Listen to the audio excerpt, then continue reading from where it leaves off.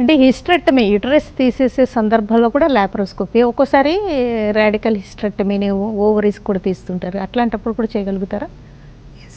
ఇప్పుడు ఏంటంటే హిస్టెక్టమీలో చాలా రకాలు ఉంటాయి. మామూలుగా మనం ఫైబ్రాయిడ్స్కి కానీ వేరే ఎండోమెట్రియోసిస్ కానీ చేసే హిస్టెక్టమీ అనేది టోటల్ హిస్టెక్టమీ అంటాం.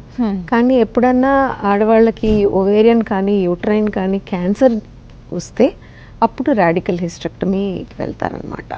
సో అలాంటప్పుడు యూట్రస్ ఓవరీసే కాకుండా చుట్టుపక్కల ఎంతో టిష్యూ తీసి లింఫ్ నోడ్స్ ఇవన్నీ కూడా తీయాల్సి వస్తుంది కాబట్టి దాన్ని రాడికల్ హిస్టెక్టమీ అంటారు.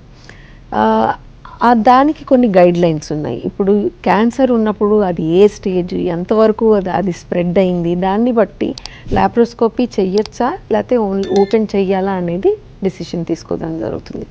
సో రాడికల్ హిస్టెక్టమీ చెయ్యడానికి లాప్రోస్కోపీ ద్వారా చేయొచ్చు, కానీ స్టేజ్ ఆఫ్ క్యాన్సర్ని బట్టి గైడ్ లైన్స్ మారుతాయి.